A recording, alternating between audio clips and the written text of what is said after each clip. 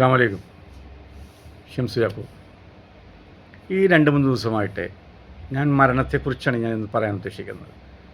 2 ദിവസമായിട്ട് ഞാൻ കുറച്ച് മരണങ്ങളൊക്കെ അഭിമുഖീകരിക്കേണ്ടി വന്നു, കാണേണ്ടതായിട്ട് വന്നു. അപ്പോൾ സ്വാഭാവികമായിട്ടും നമ്മൾ ഏത് മരണമാണെങ്കിലും നമ്മൾ പോയി പരിസരത്തൊക്കെ ആണെങ്കിലൊക്കെ നമ്മൾ പോയി കാണും. പക്ഷേ നമ്മൾ ആ മരണം പോയി കണ്ടപ്പോൾ എൻ്റെ മനസ്സിൽ വന്ന ചില വിഷയങ്ങളാണ്, പലവരും ചർച്ച ചെയ്ത വിഷയങ്ങളാണ്.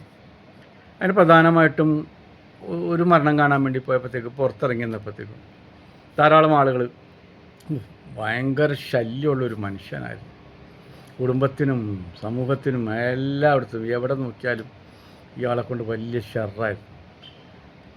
എന്തായാലും അത് അതൊരു ഗുണം പോയി കിട്ടി. പക്ഷെ നമ്മൾ പലപ്പോഴും പറയുന്നത് അസുഖമായി മൂർച്ഛിച്ച അവസ്ഥയിൽ കിടക്കുമ്പോൾ നമ്മൾ പറയും, പഠിച്ചവനെ ഇദ്ദേഹത്തിന് ഒന്നിലെ നല്ല രീതിയിൽ ജീവിക്കാനുള്ള ഇത് കൊടുക്കണേ, അല്ലെങ്കിൽ അദ്ദേഹത്തിന് എന്ന് പറഞ്ഞ് നമ്മൾ നിർത്തുമായിരുന്നു. ഇതല്ല, ഇത് നമ്മൾ ശരിക്കും പറഞ്ഞാൽ പഴിക്കണാണ്. വേറൊരു മരണം അറ്റൻഡ് ചെയ്തപ്പോൾ പരിസരത്ത് കേൾക്കുന്നതും നമ്മൾ കേൾക്കുന്നതും ചുറ്റുവട്ടം പറയുന്നു, ഇത്രയും ഒരു നല്ല മനുഷ്യനെ ഇനി കാണാൻ കിട്ടൂലെന്ന് പറഞ്ഞു. അത്രത്തോളം ഉപകാരപ്രദമായ ഒരു മനുഷ്യൻ, എല്ലാ രീതിയിലും സഹായിക്കുന്ന ഒരു മനുഷ്യൻ.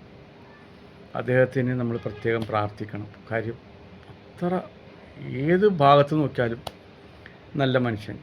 പക്ഷെ നമ്മളൊരു കാര്യം മനസ്സിലാക്കണം, നമ്മൾ ഏത് മരണം വന്നാലും നമ്മൾ പോയി കാണും, അല്ലേ? പക്ഷേ അതിന് ഇങ്ങനെ വിലയിരുത്തുകയൊക്കെ ചെയ്യും. നല്ലതോ ചീത്തതോ എന്നറിയില്ല. കാര്യം പ്രവാചകൻ പറഞ്ഞു, ദാ പോകുന്ന മനുഷ്യൻ സ്വർഗത്തിലാണെന്ന് പറഞ്ഞു. പക്ഷേ സഹാബികളൊക്കെ ആകതായിപ്പോയി. അന്വേഷിച്ചപ്പോൾ എന്താണ്, അദ്ദേഹം ഒരു ക്വാളിറ്റി മാനായിരുന്നു. അദ്ദേഹം വേണ്ടാത്ത ചിന്തകളോ മറ്റുള്ളവരുടെ ദുഷിപ്പോ ഇതൊന്നും പറയാത്ത ഒരു നല്ലൊരു മനുഷ്യൻ. അപ്പോൾ ഇവർക്കൊക്കെ സ്വർഗമുണ്ടെന്ന് പറഞ്ഞു തന്ന സ്ഥിതിക്ക് ഈ 2 പേര് മരണപ്പെട്ടപ്പോൾ നമുക്ക് അവിടെ ഉണ്ടായ ചിന്തകൾ ഇത് തന്നെയാണ്.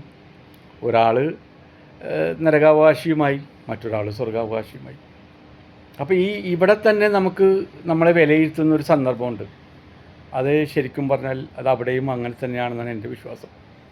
കാരണം ഒരു തവണ എൻ്റെ ബാപ്പ പറഞ്ഞു, എടാ മരണപ്പെട്ടു പോകുമ്പോൾ ഖബർസ്ഥാനിൽ മയ്യത്തിങ്ങനെ അടക്കിക്കൊണ്ടിരിക്കുന്ന സന്ദർഭവേളയിൽ ഒരുപാട് ആളുകൾ ആ പ്രദേശം മുഴുക്കെ തിങ്ങും.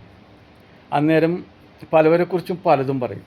അപ്പോൾ പറയും, ഇതാ കിടക്കുന്ന മനുഷ്യൻ, എൻ്റെ പേര് പറഞ്ഞിട്ട് പറയും, അദ്ദേഹം നല്ലൊരു മനുഷ്യനായിരുന്നു. പക്ഷെ മറ്റാളുണ്ടല്ലോ, അയാൾ ചില്ലറയൊന്നുമല്ല ഇവിടെ കാണിച്ചു കൂട്ടി പോയേക്കണത്. പോട്ടെ, നമ്മളിനി മരിച്ചു പോയില്ലേ, ഒന്നും പറയാൻ പാടില്ല. അപ്പോൾ ഇതെല്ലാം പറഞ്ഞിട്ട് പറയാൻ പാടില്ല എന്ന് പറയും. അപ്പോൾ നീ അങ്ങനെ പറയിപ്പിക്കരുത്.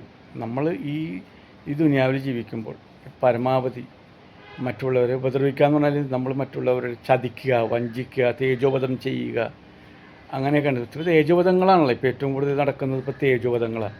ഞാൻ നിന്നെ പകരം വീട്ടണത് ചിലപ്പം മറ്റുള്ളവരുടെ മുമ്പിൽ വേറൊരു രീതിയിലും പകരം വീട്ടാൻ പറ്റില്ല. അപ്പോൾ എന്നെക്കുറിച്ച് എന്തെങ്കിലും അനാവശ്യമായിട്ടുള്ളത് കുത്തിവെപ്പിക്കുക. ഇന്ന് നമ്മൾ കണ്ടുകൊണ്ടിരിക്കുന്ന രാഷ്ട്രീയ മണ്ഡലങ്ങളിലും അത് തന്നെയാണ് നടന്നുകൊണ്ടിരിക്കുന്നത്. അവരെ മോശമാക്കാനായിട്ടൊരു മറ്റേ കേസിടണം എടുത്തിട്ട് കഴിഞ്ഞാൽ അത് മോശമായി അവൻ്റെ ഭാവി പോയി. അപ്പോൾ ഇതെല്ലാം നമ്മൾ മനസ്സിലാക്കിക്കൊണ്ടിട്ട് നമ്മൾ ആരെയും ഉപദ്രവിക്കാതെ പരമാവധി ദുഷിപ്പുകൾ പറയാതെയും ഇതൊക്കെ ചെയ്യാതെയൊക്കെ ഇരുന്നാൽ തന്നെ നമുക്ക് നല്ലൊരു മനസ്സമാധാനത്തോടുകൂടി ജീവിക്കാം. ഈ പറയുന്നത് പോലെ മരണപ്പെട്ട് കിടന്നാലും സ്വർഗവും നരകവും നമുക്ക് അപ്പം തന്നെ തീരുമാനിക്കപ്പെടാൻ പറ്റും. അതിനുള്ള ഒരു ചാൻസ് ആകട്ടെ നമ്മുടെയും നിങ്ങളുടെയും എല്ലാവരുടെയും ജീവിതത്തിൽ എന്ന് മാത്രം പറഞ്ഞുകൊണ്ട് നിർത്തട്ടെ. അസ്സലാമു അലൈക്കും.